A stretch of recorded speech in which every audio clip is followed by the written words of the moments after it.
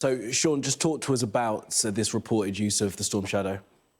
Yeah, it's been interesting, Kamali, hasn't it, that we've been known that the Storm Shadow has been actually being used by the Ukrainians for well over a year now. And actually, when it was first released by the UK to be used, my understanding was that they said to President Zelensky, as long as it's used within the law of armed conflict, you can use it wherever you like.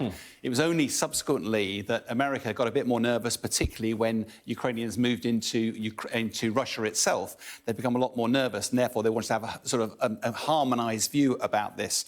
Now that the US has said that the ATACMS missile can be used into Russia, we understand now that the British government is not likely to make an announcement about it. It's almost certainly a phone call to President Zelensky, just get on with it. The Storm Shadow missile, an incredibly capable missile. We've got the ranges here.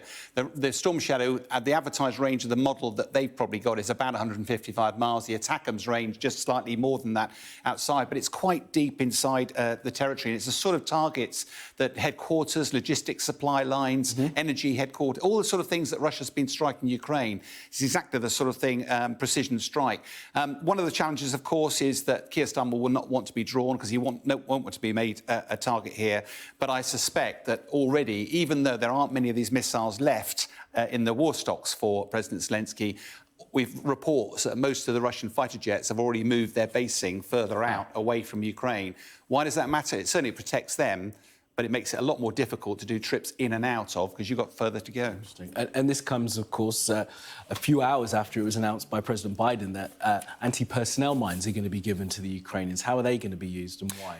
Yeah, there's millions of mines available. I think this story is quite interesting, only because you sort of managed that anti-tank mines were given nice and early. Why has it waited for so long? Part of the story is we've got an example of a Russian mine here, the PFM-1 mine, known as the Green Parrot or the Butterfly mine itself. These can be scattered in large numbers. It looks big next to me. It's only about 5 inches long in actuality, but they can be thrown out the back of large transport aircraft or helicopters. They spin down. They've got little wings like a sycamore leaf, scattered on the ground. They self-destruct. They're meant to self-destruct in 40 hours, but they're not that reliable. And unfortunately, many of them, therefore, remain on the ground, not exploded. And the trouble is they're light, they float around, it's very difficult to track, and they get everywhere.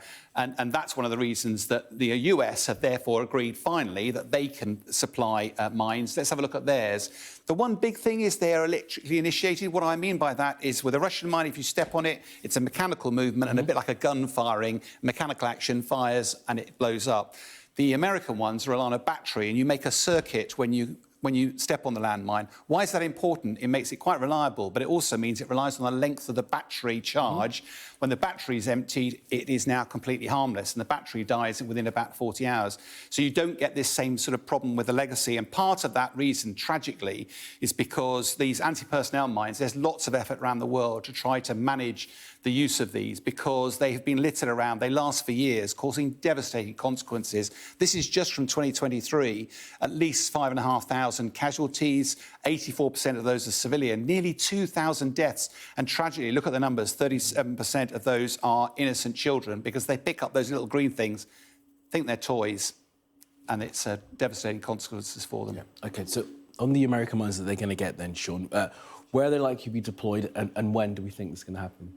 I think it could happen very quickly. Let's hit that one on the head nice and swiftly, because they're not particularly large. They can be transported out pretty quickly.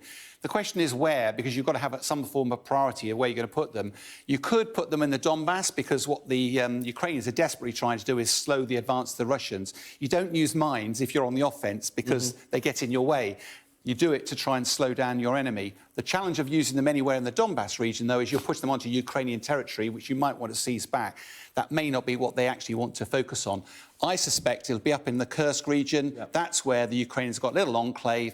The Russians are pushing hard to try and get them out. If they could put a ring of steel of those landmines, that just might be a way of maintaining that enclave until potential for some form of negotiation. OK, Sean, always appreciate your analysis. As always, thank you so much.